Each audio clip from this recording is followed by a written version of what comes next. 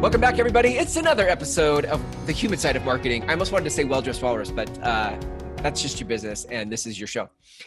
I'm back with Andy Dentone, and we are talking in episode 10 today about whether you're losing customers or not from slow load times.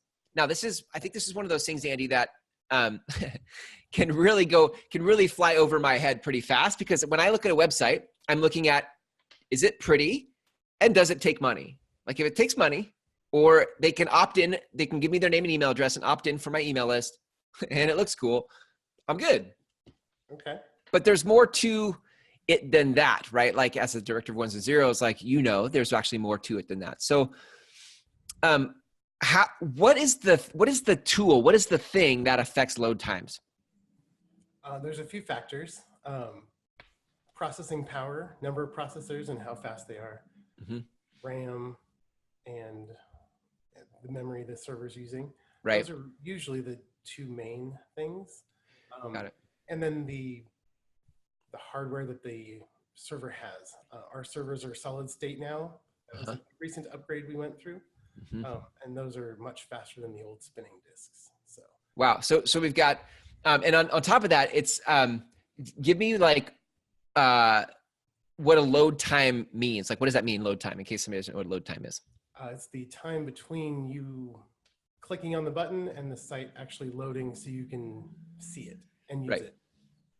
And there's some massive studies and statistics out there about like what happens with, like, walk us through, just tell me quickly what happens with slow load times. Right. Subconsciously, you only have a matter of milliseconds to start showing something on the screen before you start losing engagement.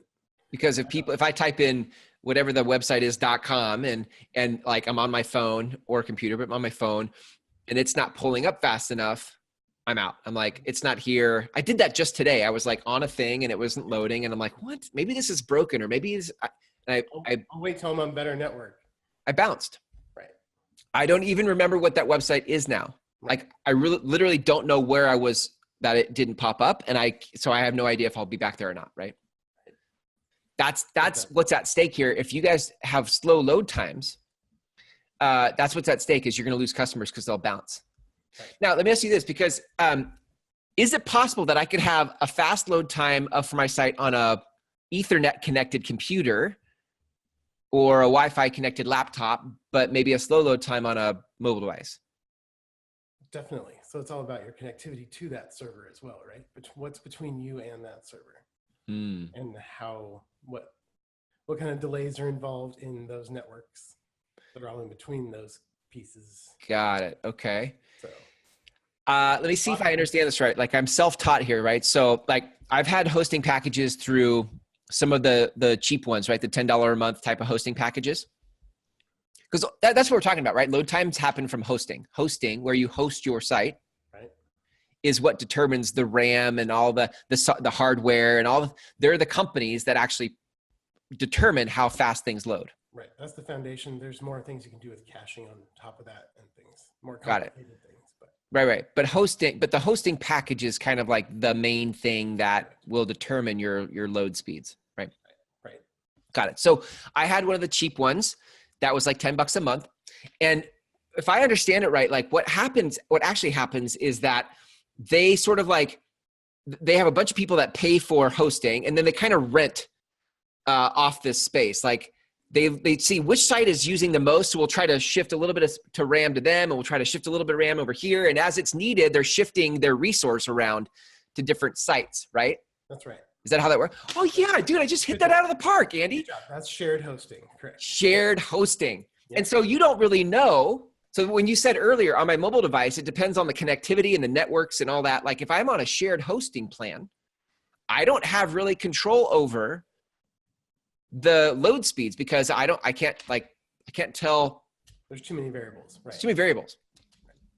Interesting. So sometimes we think hosting is all created equal, like all hosting is created equal because I just need somewhere to put my website, but that's actually not true. Very much, definitely not true. That server might be great with 200 clients on it, but when does that hosting company decide, like, maybe we can squeeze 500 clients on it? Interesting. And it runs well enough. Interesting. Listen, I'm a little frustrated in this conversation because hosting is not sexy. If I'm going to spend money every month, I want it to be on something that like, that looks cool, right? Right. Right? It's like, Something you feel. yeah, something, but if I were just going to get real honest about it all, like the performance of your website after the website is built and it looks pretty and cool, like I almost don't know if there's a more important thing to spend money on than how it continues to perform. Right. How are you serving your customers? It's like buying a really fancy car and never getting the oil changed. Right. Like once you buy the car, you got it, but you got to put fuel in it and you got to put oil in it. Like, wow, I'm a little frustrated now, Andy. Thanks a lot. I'm now seeing how important hosting is. It's a little sexy to me. Well, director of ones and zeros. I mean, I know that's great. I love it. That's just great because we come from opposite spectrums. Like I love shapes and colors and you love ones and zeros. So I totally get that. So I think one of the things I want to sort of wrap unless there's other stuff you want to say like about hosting, because you guys actually, you told me you just revamped your own hosting stuff. Right. At the end of last year, we went through a migration process. I'm sure a lot of our customers remember Yeah. where we had to shift a few things over, but we don't actually have our own servers. We use a company that manages hardware that's all they do. And the company that we were using wasn't interested in upgrading and maintaining their servers anymore. And we didn't want to be a part of that type of company. We didn't want to be with them anymore. So we shifted to a company that's forward thinking and has much better support for us. So wow. I love that you guys think that way. I love that because that's just, I think you're thinking ahead of the curve and you're thinking, where are things going and how do we stay relevant with the type of servers that clients need? And you're thinking about that on behalf of what your clients will need, knowing that, I mean, I'm saying this from, I think, a shapes and colors guy, knowing that that's probably something your customers don't even think about. Like a lot of them. Right. And we hope they don't have to. Right. And that's why I love this conversation. Cause like in having this conversation, you're showing me just through the simple language you're using, the vocabulary, like that, you know, this stuff and I don't. And I love that because then it just means I'm in good hands when you guys take care of it for me. Cool. And you guys think that way. And I love that because I don't think there are a lot of web design companies who were founded out of design. Very much so. Not the technical side. They were founded out of graphic designers who thought I could use an Adobe suite of tools to build a website. It looks really cool, really pretty. But if it's not equally robust in the hosting and the load times and the architecture of how it operates. Right. If it takes 10 seconds to load, it's not serving anyone. Yeah. Congratulations. Like you just bought a $10,000 like flyer that won't load. Right. And your website can really be used for more than that. Wow. Well, this is 2 episodes, Andy, that we've had a conversation and you've blown my mind in both. And I think it's because it's just stuff I don't think about. Like this is the stuff under the hood I just don't think about. Right. So and there's always optimizations beyond that. Like I mentioned, the caching as well. So if our fast server isn't fast enough, we can definitely get those files hosted closer to your customers and work with you on a delivery solution. So. Which the question that comes up for me out of that is, look, as a executive personality is probably how I would label myself. I don't even know how fast my thing loads. I don't know if my site has a problem or not. How do I find that out? Do you guys do some type of diagnostic? Can I just reach out to you and you'll do that for me? Yep. That's something that we do all the time. We do a speed test diagnostic, a run through.